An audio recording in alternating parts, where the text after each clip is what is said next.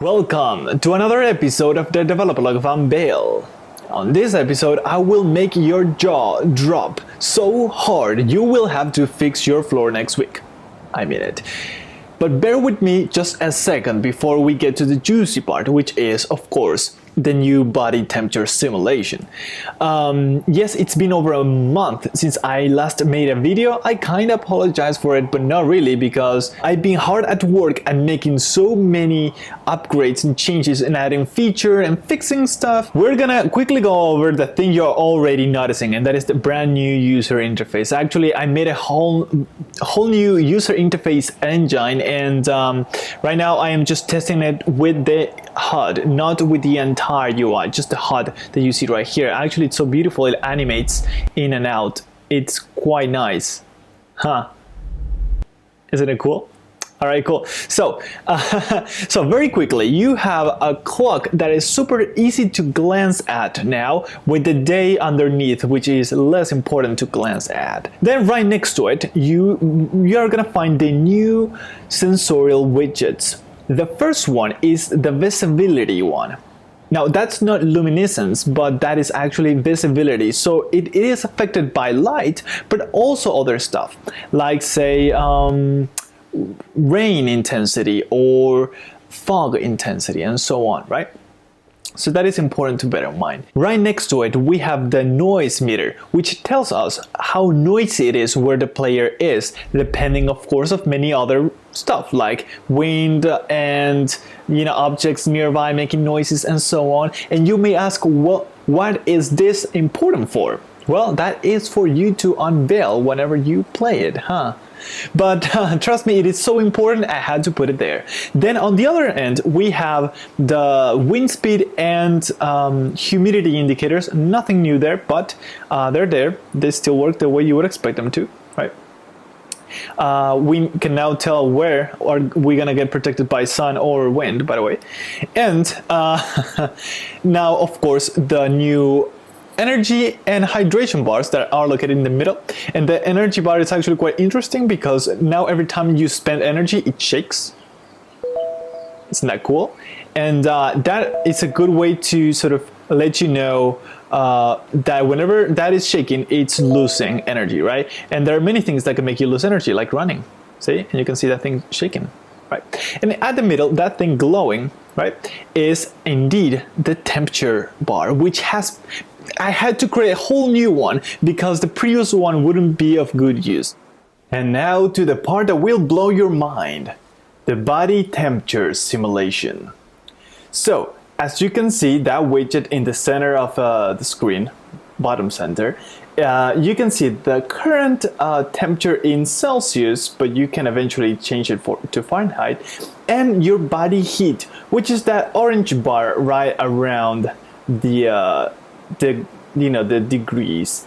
And so now it no longer, the number does not get affected by being protected from rain and so on, but you can see the body heat being protected by it. You can see, like, if we're getting hotter, it will grow, it will glow red and so on to indicate you that it is growing. And if we protect from hot winds, in example, we are gonna cool off. Likewise, if we get protected from sun, it will start to reduce, right? So it makes it easier for the body to keep this temperature in place. Now, how is that actually happening? Well, that's where the simulation comes in. The two things that are going on here are either sweating or shivering. Right now, it's definitely sweating because it is quite hot. It's 33 degrees Celsius. That is really hot. So basically, these two ways help the body keep your body temperature stable. If it goes too high, you will go into a heat coma and heat stroke, but I like to call it heat coma because you go unconscious, the simulation fast forwards, and then you may wake up or not, whether you still have hydration left, right? But you will only wake up if you cool off during that simulation. So, maybe some cool wind blows in, or, rain starts to pour, or the sun sets, something happens that your body manages to cool off, right? Likewise, if it gets too cold, you go into hypothermia and will probably die because your body cannot function at such low levels of temperature. Now, the hydration bar is dropping constantly, that is not only because your body is using hydration, but also it is using that hydration to sweat through, and that is a very interesting aspect of this, through your skin. And skin is an object in the simulation, and skin gets wet for the ambient dissipation from like air dryness, not humidity but dryness, or wind speed and so on, to rip off that moist on the surface of your skin, and so causing that dissipation and cooling you off. That is being constantly simulated. So if this was the same conditions but extremely humid, we right now would be getting really hot, because we would have almost no way to cool ourselves off. We would have to take constant baths, and that's one of the things we can do. By taking a bath, we not only absorb some of the water of the source that we're using, the temperature of the water source, but also we get moist on the surface. We can take a bath on the sea. You can see that impacts us much more strongly. You can see we actually started to shiver right there. The energy bar shook.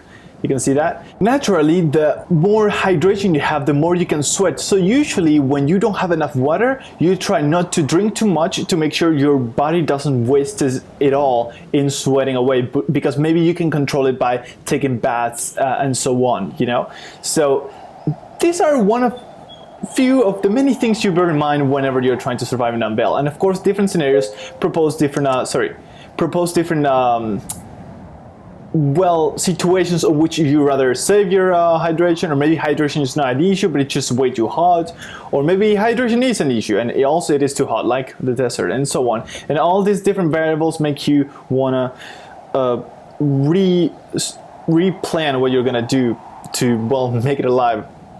Now on the other hand, you can see it's starting to get late, and this has been a really hot day, so the soil is really hot and so on, so I don't think it's going to be a really cold night at all, but it's still quite hot if you look at it. But you can see that whenever we get cold, our body starts to shiver, and it will also shiver according to how much energy we have, and the energy is what is spent to raise our temperature, basically, by shivering.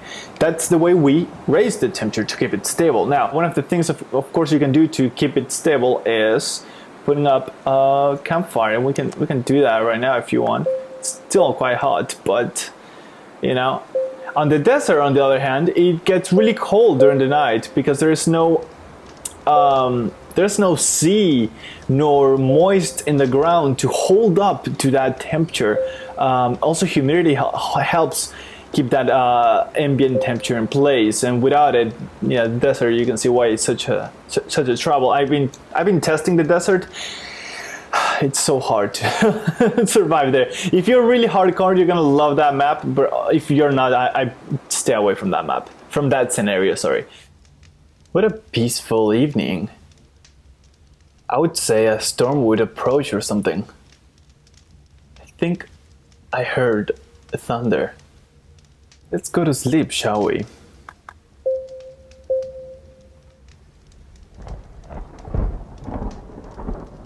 Okay. So as you can see, I was right on the thunder, and we woke up to a rain. And luckily we are under the trees, so we are kind of protected from the water drops. But if we weren't, oh man, we would get so wet, and we could get really cold. Let's show it to you. Okay, now we're getting wet. See how it is?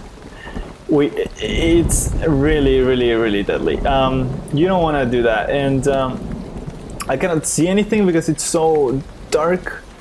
And but I remember there being a cave somewhere around here. There we go. Anyways, I think this is just amazing. I mean, I love how temperature works and how it is a crucial part of the game mechanics now. It's just really fun to think of all the possibilities, all the different places you can survive in, and how it's gonna really change what you think you know about survival, because not all nights are cold or hot, not all days are cold or hot, not always wind is good, maybe wind is hot, or maybe another day it's cold, like it should be on real life. So it always keeps you on your toes. You never know for certain what's gonna happen. So if you're looking for a game that will stress you out in survival situations, this is the game for you. That is all for now. I hope you enjoyed, and I'll see you on the next episode of the developer log of the ultimate survival sandbox.